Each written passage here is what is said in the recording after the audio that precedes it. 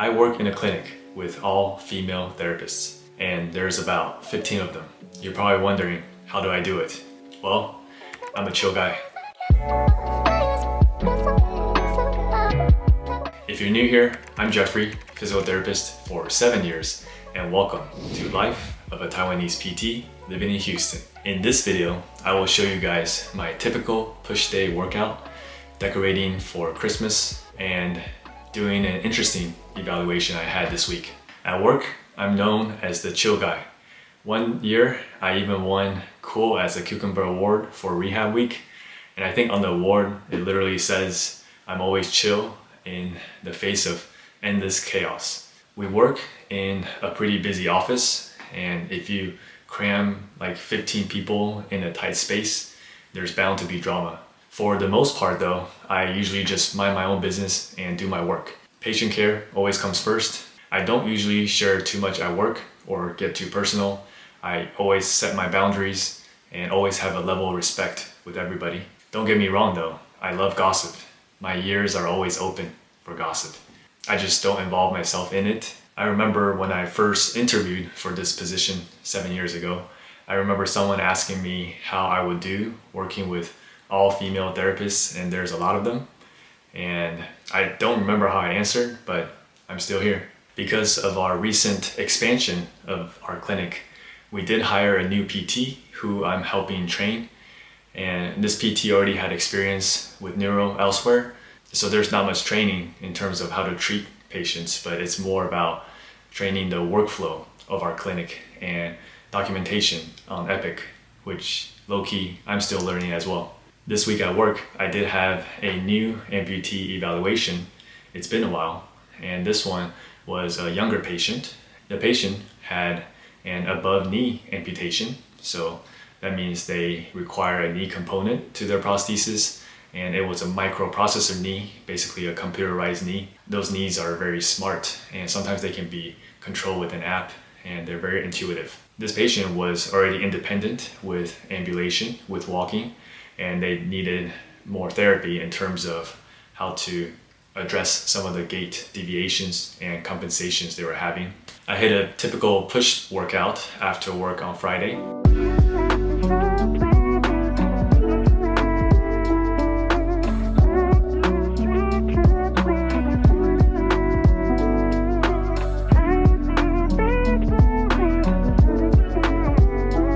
My workouts stay pretty consistent. I do like 3 exercises for chest and 2 exercises for triceps, 2 exercises for shoulders. On Saturday for lunch, we got sushi at this really good sushi spot in Chinatown. And they're only open like limited hours throughout the week, like 3 hours a day. So on the weekends, you usually have to line up 30 minutes before they even open. And we love their chirashi bowl. It's full of an assortment of sushi. Everything is super fresh. It's called Sushi Miyagi, and it's owned by an old Japanese couple. I believe they're from Osaka. When they run out of grocery baskets at the grocery store. Resourceful, man. Look at the meat selection. Pause. My favorite ice cream. And for the rest of the day, Saturday, we decorated.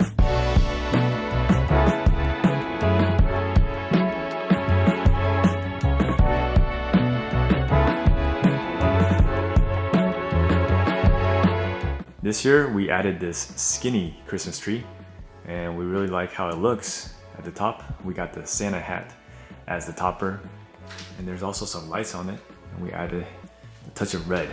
We were inspired by my sister and Hi's house. They had a skinny tree this year, and this is the main living area. So we have the main tree here, and my wife got pillows for decorations, and we changed them out for Christmas. We got a star this year as well. These are some of the ornaments. That's one that my patient made, gave it to me back in 2022.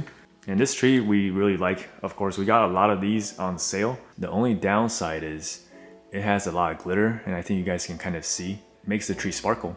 After we put it up, we're still seeing glitter everywhere for weeks. It sheds. And if we come over here on the TV stand, we got a couple more decorations. Different Christmas trees, and these are the gnomes that we picked up in Dallas, in downtown McKinney. and these different snowmans, garland in the back. So all decorations either from Michael's, Target, Hobby Lobby, and they usually have some good sales. Coming over here, on this drawer, we have the poinsettia Lego set that I built recently. And this is the penguin that we picked up at that market as well. Garland in the back, some houses. This is a gift from my sister one Christmas. Cool looking Christmas tree.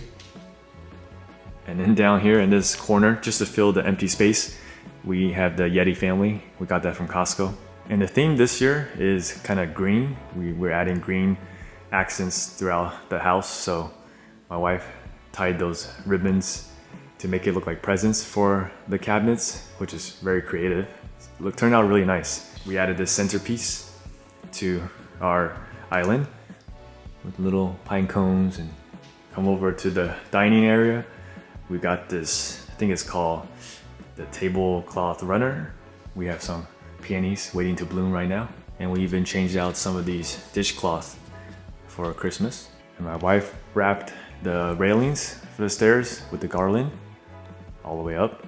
So on the upstairs, I think it's called the banisters, my wife wrapped the red ribbons like a candy cane, and the wreath is hung up there in the middle. And I'm usually not as festive in terms of decorating the house during different seasons and holidays, so I'm usually not as excited as my wife to decorate, but I do see the joy in it. I can't say the same for our bank account though. I'm just kidding. Rare footage of me cooking or prepping. It's chilly outside today in Houston, so we're gonna prepare some hot pot. I have been replaced. Now it's my wife putting together the cabbage with the meats. Is there a special style this is for the hot pot? It's just a way to present it better, and then we put it in this Dutch oven pot. What is the style? I don't know how to say it, but it's a style of like Japanese hot pot. And this is the broth that we use, Little Sheep. What do you guys know about xiao fei yang? This is the finished product. We got mushrooms, we got fish tofu, cabbage, and the meat is in between. And you can't eat hot pot without some sacajang. It's like barbecue sauce. I add a little bit of soy sauce in there, a little bit of rice. Good job, Annie.